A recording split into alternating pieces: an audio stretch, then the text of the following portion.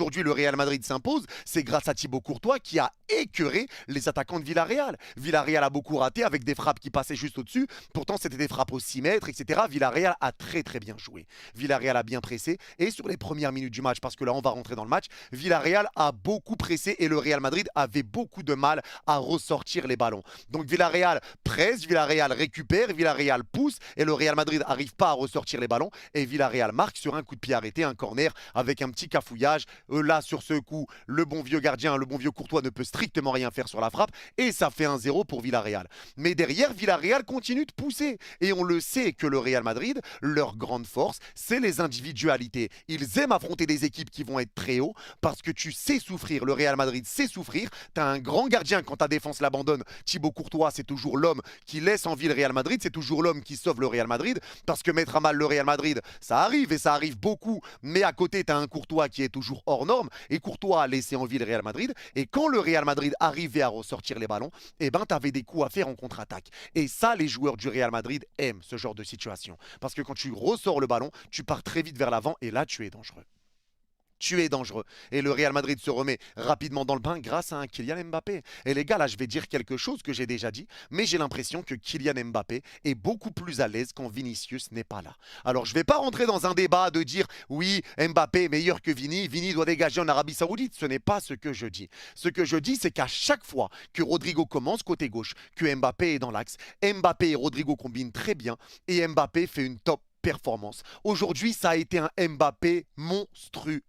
Un Mbappé que tu as beaucoup plus vu que d'habitude dans le jeu. Un Mbappé qui a été très très bon dans ses passes, qui a été très très bon dans son jeu avec Rodrigo, avec Bellingham. Il a été très très bon dans le jeu et il a été doublement buteur. L'occasion sur le premier but, c'est une passe d'Mbappé. Le ballon arrive, il te met une passe dos au but en une touche de balle. Entre deux joueurs de Villarreal, il y a Brahim. Le ballon passe entre les deux se font avoir. Et Brahim récupère, il est seul face au but. Il tire, le ballon est arrêté et Mbappé a suivi, il pousse le ballon au fond. Le deuxième but, c'est une passe de Vasquez et hop, l'enroulé de Mbappé, entrée de surface, ça rentre, ça fait 2-1 pour le Real Madrid. Là, c'est une réalité. Mbappé est beaucoup plus à l'aise quand Vinicius n'est pas dans ses pattes.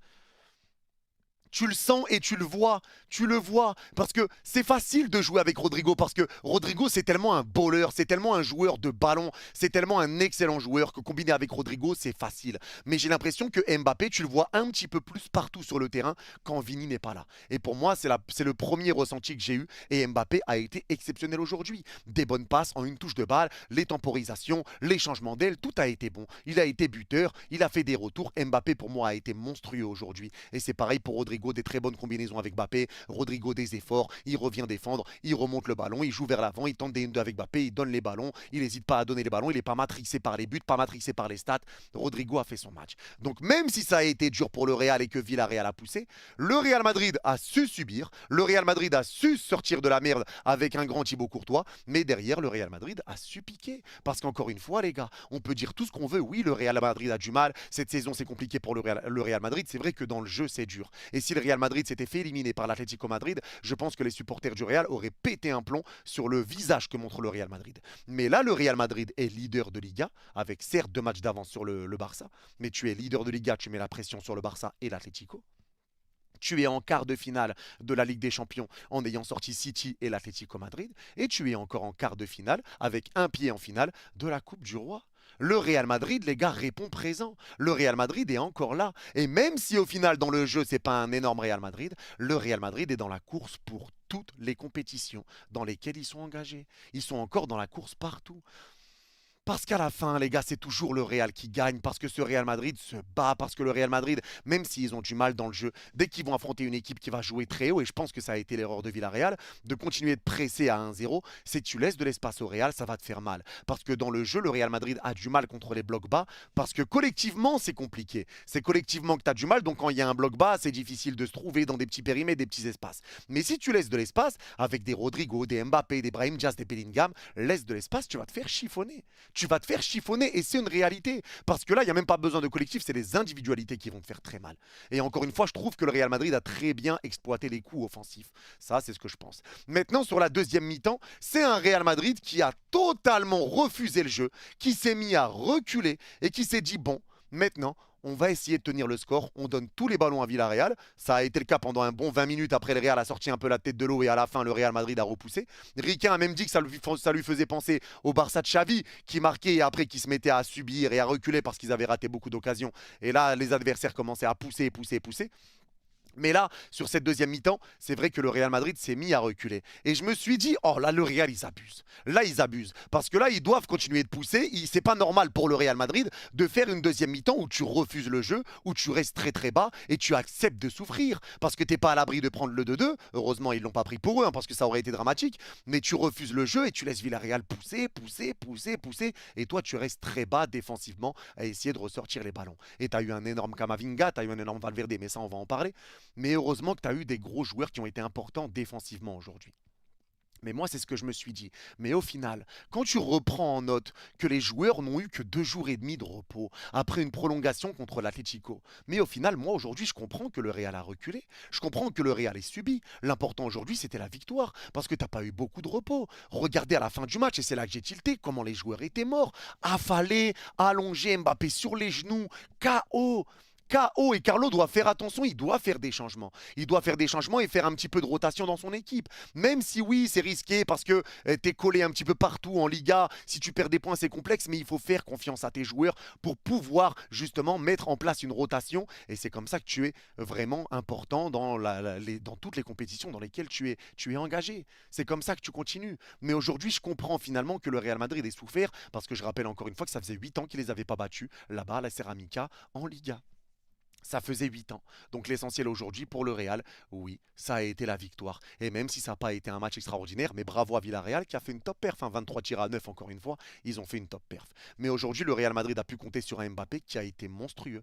Mbappé est à 31 buts pour sa première saison avec le Real. Il a déjà dépassé Ronaldo qui en avait mis 30. Maintenant, bon, cette comparaison, hein, il y a beaucoup plus de matchs actuellement. Donc c'est une comparaison qui ne sert à rien. Mais c'est quand même une stat qui est à noter. Mbappé a dépassé, là à l'heure où on parle, il est à 7 buts du record maintenant. Du joueur qui est arrivé en Liga et qui a, avec la première saison avec le Real, qui a marqué des buts. Il est à 7 buts du record. Il en est à 7. Et Mbappé aujourd'hui a vraiment répondu présent pour moi sur tous les aspects du jeu. Rodrigo a été étincelant et Bellingham également a répondu présent. Ça a été un Bellingham que tu avais perdu ces derniers temps, un Bellingham que tu retrouvais plus trop, qui avait du mal, qui se frustrait, qui s'énervait sur ses coéquipiers. Aujourd'hui, j'ai revu le Bellingham flamboyant. Le Bellingham qui récupère des ballons, qui presse, qui vient aider son équipe, qui gagne ses duels, qui s'est temporisé sous pression, qui arrive à conserver la balle, qui ressort un petit peu et qui ressort proprement, qui est dangereux, qui joue vers l'avant, qui n'est pas omnubilé par marquer des buts. C'est un Bellingham qui a été très bon aujourd'hui. Très bon match de Bellingham. Et ça, c'est une réalité. Bellingham a fait vraiment un gros match ce soir. Camavinga, masterclass.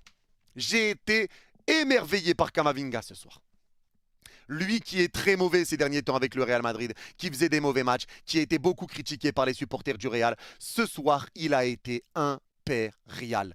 Un nombre de déviations sur des contre-attaques de Villarreal, je les compte même plus. Il y a des contre-attaques, il dévie le ballon. Il se jette pour dévier les ballons. Les récupérations, l'aide défensive, les ressorties de balles, les prises de balles, le jeu vers l'avant, les défenses aériennes. Les gars, il a été partout. Il a été partout. Camavinga a défendu parfaitement tout. Quand il devait aller sur le côté pour venir aider Fran Garcia, il récupère des ballons. Sur les contre-attaques, il récupère les ballons. Devant sa défense, il récupère des ballons. Il soutient sa défense. Il aide. Il ressort proprement. Il est coursé. Il ressort proprement. Il alimente ses attaquants. Camavinga a tout fait aujourd'hui. Ça a été une masterclass de Camavinga aujourd'hui. Match extraordinaire de Cama. Et ça me fait plaisir de le revoir à ce niveau-là. Lui qui est un joueur que j'aime énormément, que j'aime beaucoup. J'aime beaucoup son style de jeu. Il avait été très mauvais ces derniers temps. Aujourd'hui, il a sorti une top perf et son entrée déjà contre l'Atlético avait été très bonne. Donc c'est une semaine avec 2 matchs qui a été excellente pour Camavinga et ça va le remettre en confiance. Tout simplement. Ça va le remettre en confiance. Valverde aussi a été étincelant devant sa surface. Beaucoup de récupérations. J'ai trouvé que c'était un Valverde qui montait un petit peu moins. Mais Valverde a été impeccable. Des grosses récupérations. Carrément, j'ai eu peur quand Güler est rentré à la place de Valverde. Güler ne fait pas une entrée extraordinaire. Mais j'ai eu peur parce que je me suis dit attention, parce que Valverde récupère beaucoup de ballons. Tu fais sortir Valverde quand le Real est en souffrance. Alors que Valverde t'aide beaucoup à récupérer des ballons. Il est là souvent, il reprend le ballon du bout du pied. Et après, il récupère une faute où il ressort. Mais là, j'avais peur pour le Real Madrid. J'avais peur pour eux. mais au final, il a répondu présent, il a fait un très gros match, le bon vieux Valverde, exceptionnel, beaucoup de récupération, impeccable. Pareil pour Asensio qui fait une top perf d'Asensio, exceptionnel défensivement. Il a été monstrueux encore une fois, il montre que ce mec-là est déjà un patron, il est déjà un taulier de la défense du Real Madrid. On parle beaucoup des jeunes à chaque fois, mais là les gars, il faut le dire, Asensio, c'est une dinguerie. À chaque match qu'il fait avec le Real Madrid, il répond présent et il est monstrueux. Et ce soir, il a été encore une fois monstrueux. Énorme match de la part d'Asensio, impeccable défensivement. Pour Tchouaméni, il y a eu du bon et du moins bon. Après, il a joué au poste de défenseur central, hein. Il est excellent depuis qu'il est retourné à son poste au milieu de terrain. Aujourd'hui, il a joué défenseur central. Il y a eu du bon et du moins bon, mais il a tenu la baraque. Il a fait son match, ça a été correct. Il joue à un poste qui n'est pas le sien, un poste où il n'est pas bon d'habitude. Et aujourd'hui, il a tenu la baraque. Et le Real Madrid s'impose. Et même Fran Garcia et Vasquez ont été bons offensivement. Un Fran Garcia qui a été bon devant, un Vasquez qui a été bon devant. Mais défensivement, ça a été dur. Notamment Fran Garcia en première mi-temps, ça a été catastrophique. En deuxième mi-temps, ça a été bien meilleur. Vasquez défensivement, ça a été dur. Villarreal passait beaucoup sur les côtés et ça passait très très facilement. Défensivement, t'as souffert. Mais il faut le rappeler aussi, les gars, ils font quand même beaucoup d'efforts. Vasquez, c'est pas un défenseur droit de métier. Donc il avait du mal sous pression. Il perdait beaucoup de ballons, notamment en première mi-temps, sous pression, il donnait des ballons, il les rendait à Villarreal, il mettait le ballon en touche, il n'arrivait pas à relancer proprement. Et il avait beaucoup de mal sous pression, mais offensivement, c'est vrai qu'il a apporté, il a été passeur décisif et Fran Garcia également a été bon offensivement, mais on ne peut pas leur enlever le fait qu'il bataille. Et surtout, Fran Garcia, c'est un joueur qui donne tout. Et même si des fois c'est compliqué, aujourd'hui, je trouve quand même que sa deuxième mi-temps, ça a été mieux, mais aujourd'hui, je trouve qu'ils ont tout donné. Cette équipe a tout donné, ces joueurs donnent tout, même s'ils ont des lacunes à certains postes. Donc là, oui, le Real Madrid, il leur manque encore un latéral droit, un latéral gauche, mais au lieu de, quand tu regardes bien, finalement, ce Real Madrid est encore là dans toutes les compétitions, à la course au titre dans toutes les compétitions.